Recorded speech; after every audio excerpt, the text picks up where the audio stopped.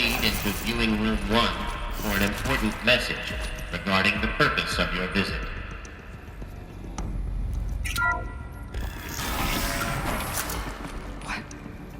What was this place? A holographic theater. CD01 data intact. Initiating playback. Welcome to Project Zero Dawn.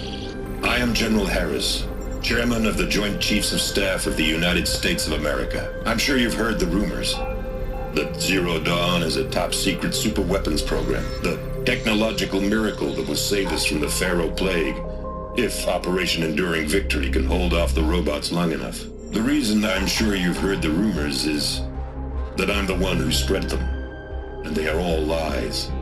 Zero Dawn is not a super-weapons program, and it will not save us. Nothing will save us. Here's why. By the time the glitch was noticed, it was already too late. Nothing could stop the Pharaoh Plague. Nothing can. Its robots will continue to replicate and devour the biosphere. Life on Earth will be destroyed. Our planet reduced to a barren sphere. Global extinction is inevitable.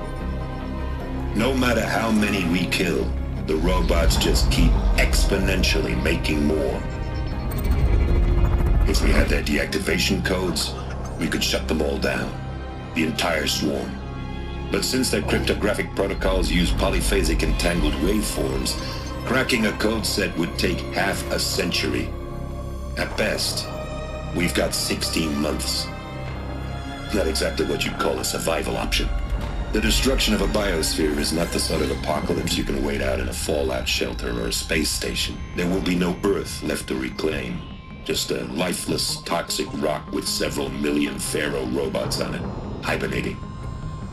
Waiting for something to eat. This is the horrible truth behind the lies of Operation Enduring Victory. My lies. Lies designed to inspire millions of innocents to sacrifice themselves in battle. Why? One reason. To buy time for you and the work you will do here. Zero Day. The day that life on Earth ceases to exist is coming fast. It cannot be stopped. The hope of Zero Dawn is that something new might come after. But I will leave it to Elizabeth Sobek to shine that thin ray of light into the darkness. Harris, out.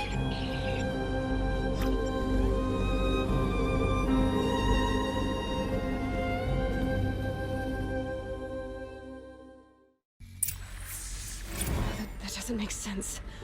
Life on Earth didn't cease to exist. He said it could not be stopped. But it was. Somehow Elizabeth saved us. I've got to keep looking. Find out how she did it.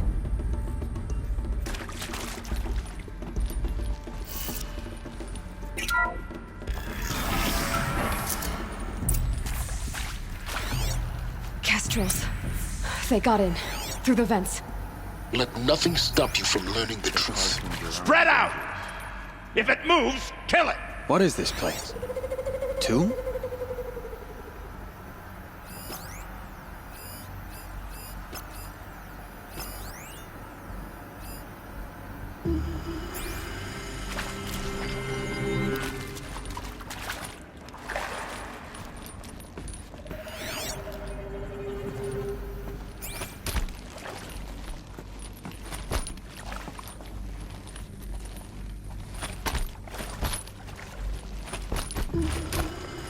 Show yourself, you miserable...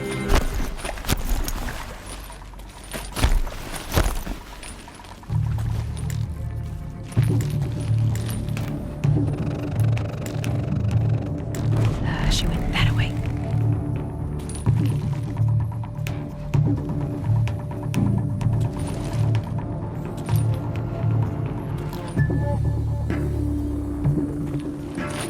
Enough, sir. I got it. Let me die. I'm gonna die.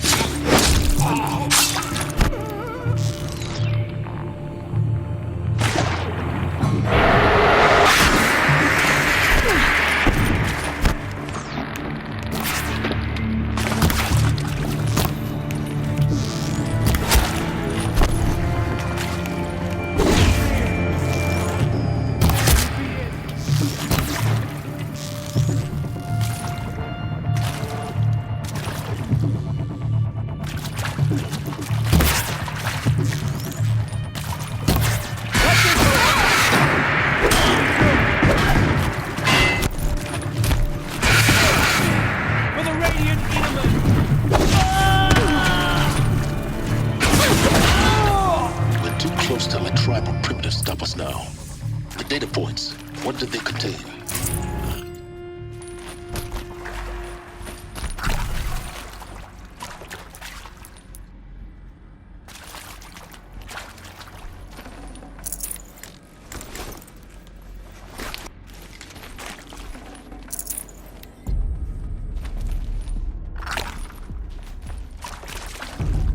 I'd have to ditch something.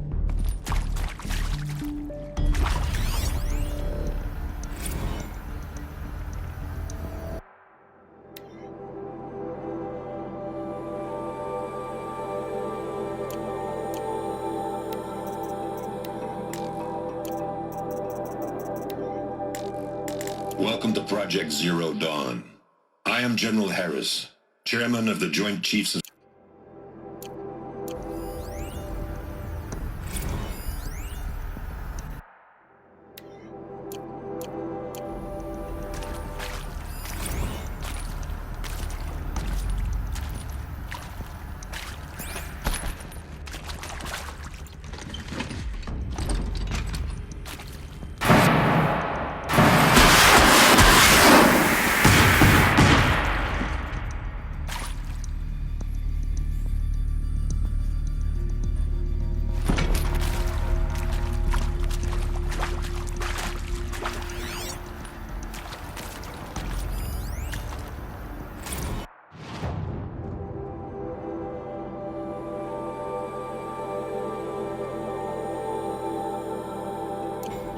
I'm sure you now understand the urgency of why we brought you here, Ms. Okilo.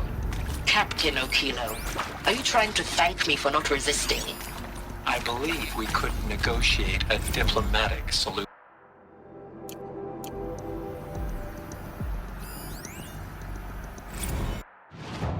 With Suzanne Alpert, environmental scientist. Doctor? I'm sorry, I wasn't, Just stating your name.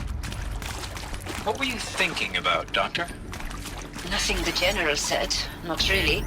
I was... Look, let's cut the mystery. You're building a colony ship. It's obvious. And it's not gonna fly. Look, let's cut the mystery. You're building a colony ship. It's obvious. And it's not gonna fly. I mean, literally. Remember the Odyssey? That multinational heap of space junk that's been in graveyard orbit since '57? That went nowhere real slow. And you have to get somewhere real fast. Do you have any idea the immensity of the challenge to prep a new colony ship in time? To be clear, I'm not a worker on the project. Do you even understand how few people it could save? The whole generation ship concept is not gonna happen. It's the first thing you'd abandon in favor of embryonics. For that kind of storage we're talking, a lot of bulk, a lot of power, a lot of resources. So even if you do it, even if you build it and point it at Sirius X, there's no room for people on that thing, all right? If you could try to remain calm. You people are crazy if you think you're getting off this rock. No one's getting off. Medical!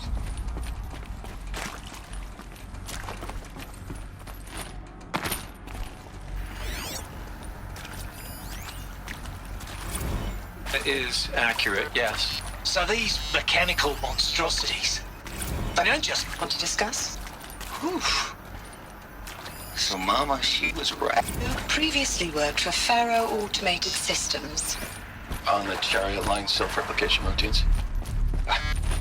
I came here thinking this was a rendition.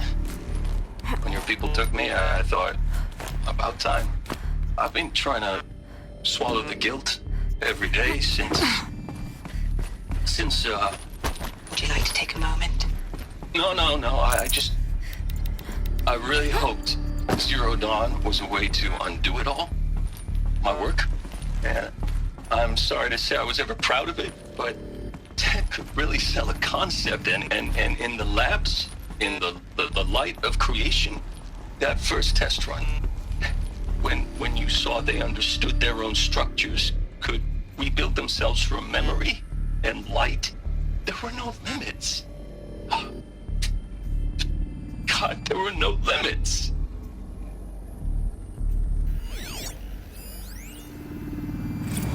There is some mistake. I don't understand why I was brought here. Why would you show me these things? I know that there's already a lot to take in. In the waiting area, I was seated with a Nobel laureate in CD biophysics and a data monk, I intact. think. Initiating playback. Elizabeth Sobek. You've heard the bad news, and it's all true. The Pharaoh Plague is devouring the biosphere. Life itself will cease to exist. But does that have to be the end? What if we could give life a future? What if we could build a kind of seed from which, on a dead planet, life could blossom anew?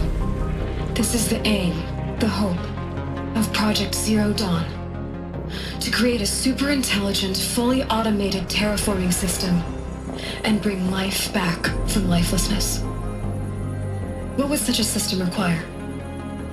At its core, it would need a true AI, fully capable of making the trillions of decisions necessary to reconstitute the biosphere. An immortal guardian, devoted to the reflourishing of life. We call it Gaia. Mother Nature as an AI. But that's just the core of the system. She will need to be surrounded and empowered by a comprehensive suite of subordinate functions. Think of them as extensions of Gaia's mind, each dedicated to a specific purpose. Now, these aren't AIs, but make no mistake, each presents an engineering challenge more profound than anything the human species has ever before attempted. Hardware that preserves and then gestates the billions of seeds and embryos from which life will be reborn. The construction of underground facilities to hold it all. And that's just the start. We don't have to build the entire system. The beauty of a fully automated terraforming system is that it can build itself. Now, over the days to come, you'll learn how all these functions, all these pieces that you'll be working on, fit together. How we'll race the clock to execute our harvest initiatives, write the software, build the tech and the facilities. How we'll lock it down and seal it up before the inevitable occurs. But even more important, you'll know how it doesn't end here. How Gaia will generate those deactivation codes General Harris talked about, and build the transmission arrays to broadcast them, shutting down the Pharaoh robots for good. How Gaia will not just build, but imagine any conceivable robot it needs to do its work across centuries.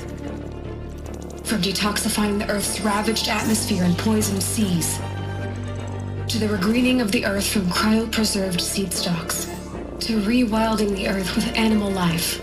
And then, when all that is done, how a new generation of human beings, spawned at cradle facilities around the globe, will partake of Apollo, the vast archive of human knowledge and cultural achievement from which they will learn of us, our world.